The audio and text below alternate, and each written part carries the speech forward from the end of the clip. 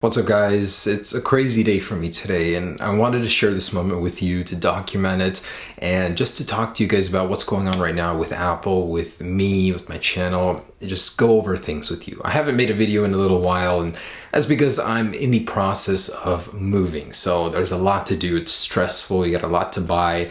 I'm moving into my house finally after about a year of building it. It's ridiculous how many little things there are that you don't even realize that you have to deal with, that you have to buy. And the point is, guys, I'm moving on from this place. I've been making videos here for 8 going on 9 years, and it's crazy. I feel so sad to leave here, honestly. Like, before I made this video, I went on my YouTube channel all the way back to 2010 and started watching those videos, 2009, and wow. I have never felt more nostalgic in my life, and I'm starting this video to talk to you guys a little bit about that. So I started this channel with PSP videos, moved on. Hey YouTube, basically when you get a China battery out of your PSP, it'll say... My first iPhone video was on the iOS 3.1.3 jailbreak, and reading through the comments on that video, on many of my early videos, it astounds me how much support I had at the time even. Yeah, there was some negativity, but mostly like, I don't even deserve it. Like, the videos weren't that great, you know, and still there were so many people supporting me. For the people that stuck around, for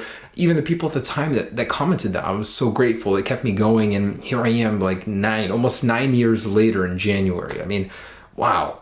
And to move on from this place where I filmed so many of those videos where I unboxed the iPhone 4, my first iPhone I ever bought, that was brand new, was a great feeling to look back at that. And you know, I'm moving on now. I'm hoping to improve my quality in my new place, and I feel so sad, guys, because one of the biggest points, one of the pillars of my channel in the early days was a jailbreak.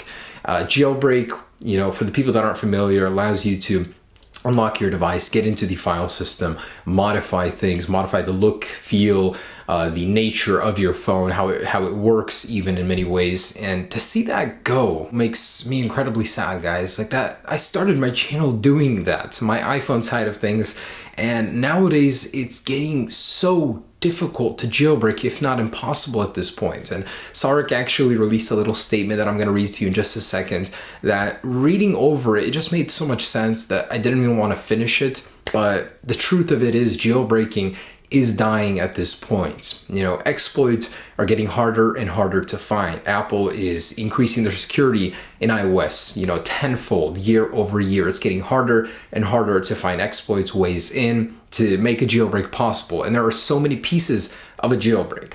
Now, even if we could keep getting jailbreaks once in a while, they become almost immediately irrelevant. Apple updates the software so fast after a jailbreak, making that jailbreak old, obsolete, running on an old version of iOS, and not a lot of people want to stay there and sacrifice, you know, the security of their phone, the stability of it, to have some extra features that Apple might eventually add down the road, how many years it might take, whatever.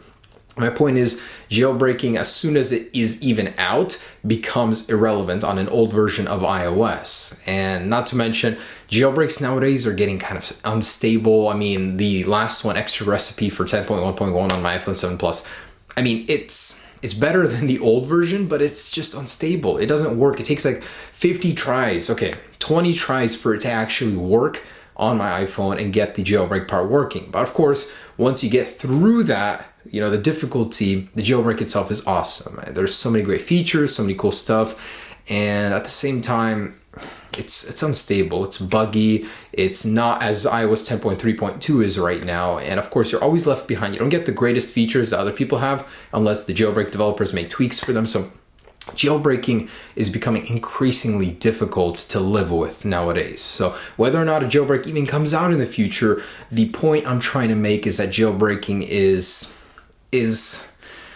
man, it's like a phase. It's like a phase we went through, and now it's starting to die off. Like that teenage phase of your life, you know. And as much as I hate to say it, but like, that's just the reality of it nowadays from what I'm seeing. Of course, I really hope to God that a new jailbreak comes out, that I can keep making videos on them. But you know, this channel is about being with the latest and greatest on the newest versions, newest features, and jailbreaks, man, they're great. Add so much life and functionality to your phone, but Apple hates them. Apple just wants to kill them, and they're just becoming difficult, man. Difficult to live with. I've tried to live with my iPhone 7 Plus on the jailbreak, and not for long. I always go back to the newest version. It's just so much more stable and faster, honestly. So that's just my view on that. But let me read Sarek's little statement on that. So in a Reddit response to a post, Jay Freeman, or Sarek himself, the creator of Cydia, did respond, and his response wasn't very heartening. You know, he in a way wishes that jailbreaking died with iOS 9. iOS 10, according to him, is a completely broken and unstable jailbreak that has ties with North Korea even. And how are people supposed to look at jailbreaking in a good light with so many bad factors? I mean, he believes that jailbreaking shouldn't have even existed past iOS 9, because if a jailbreak isn't stable, if it isn't user-friendly to install, then it shouldn't exist. And that's exactly what the iOS 10 jailbreak experience has been. I mean, honestly, for the 6S and below users, it was fine. It was perfect. It was great. But the 7 and 7 Plus users, the newest devices, just had a crappy jailbreak. I mean, as much as I thank Luca for releasing it, it just wasn't that great. And I totally understand where Sarek is coming from on this one. So the creator of Cydia himself is saying that he no longer recommends jailbreaking. What right does it have to exist anymore? Aside from going against Apple and just sticking it to them and jailbreaking your device anyways, even the creator of Cydia doesn't recommend it at this point. So it's hard to deny that jailbreak is dying. I mean, the support for existing devices is there, but we're not seeing more devices being supported, and companies that are releasing jailbreak, Pengu, the PP helper team, and others themselves aren't really releasing anything. So at this point, I just wanted to say, if a jailbreak does come out, yes, I will be covering it, but it's hard to deny the fact that jailbreak is not going to be around forever, if not dying today. And in other news, not so much software but hardware, the iPhone SE 2. Will it be refreshed? A Chinese analyst is saying no, it will not be. It has no chance of getting a refresh possibly in the future, because people just don't want smaller screen phones anymore. He says that most of the sales of the iPhone SE were because of the price point and not the size of the display. People just weren't completely ready to go to a larger phone, so some of them chose it because of the smaller screen size, but most people just wanted to get their foot in the door with iPhone and chose the cheapest version, which was the iPhone SE. As awesome as it would be to have a smaller iPhone, the iPhone SE will not be refreshed, is what he's saying. I mean, it would be cool to have 3D touch on the display, maybe possibly the new Taptic engine and faster processor, all that, but he says probably not going to be happening. In the future, we're going to be seeing 5-inch phones and larger, as the market demand for bigger phones is increasing and smaller ones rapidly decreasing. So unfortunately, those of you holding out for an iPhone SE 2 probably will not be happening. And I'm really sad to see that one go. Not as sad as the jailbreak, of course, because I use the iPhone 7 Plus, but you know, it will be going the way of the jailbreak soon. And the new emojis. So Apple has officially revealed the new emojis coming in a later version, probably of iOS 11. And it includes a number, including one lady with a hijab, I'm not really sure how to say that one, a genie. There's even the exploding head where you just can't take that idea. I see that one being used a lot. Starry eyes, we've got a Billy Mays lookalike, breastfeeding mother, yoga, goofy faces, and more. So just thought that was interesting. So there's always a prediction of what's going to be happening in the new emoji language, and this is the actual real version here. This is what's going to be happening later on, hopefully in iOS 11. Maybe it might be in iOS 11.1 joining the wireless charging feature of the iPhone 8, but there it is, new emojis coming later this year. And I never thought I would see this day or care about it, but yet I still do a little bit. Runescape is coming to the iPhone and Android phone. This is kind of crazy, something I would have wanted maybe 10 years ago, but now, I mean, it's still kind of cool. I will give it a try. But Jagex has announced that Runescape is finally coming to the mobile platform, and personally, back in the day, I was hopelessly addicted to this game. Like, I would stay home just to play it all day. My username was phone-rebel, and I focused mostly on mining, trying to get the adamantite or adamantite, whatever it is. Basically, I love this game. It took up too much of my time, but I will still give it a go. Hopefully not get addicted to it this time, but RuneScape is coming. If any of you guys on this channel remember about that, it's the craziest MMO. Not crazy, it wasn't even that great, but it was so addictive, just ridiculously addictive.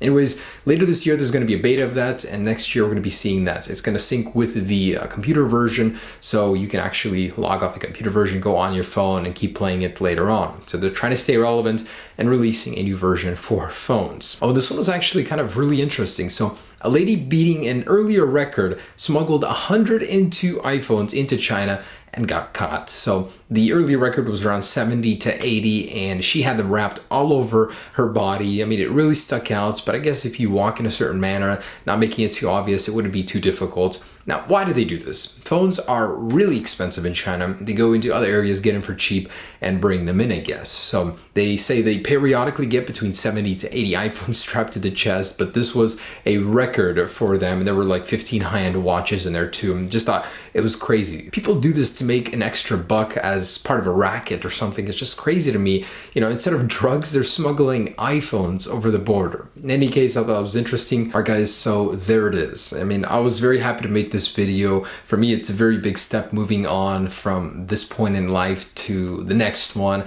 And I just wanted to document that, share that with you guys. It's very exciting. I cannot wait for you guys to be here for that little journey, for that improvement later on. But thanks so much for watching, guys. Sorry, this will be like one of the last videos here, so I didn't really try too hard on it, but hope you guys appreciate that. Have a great day, guys. Stay tuned for more videos. Peace.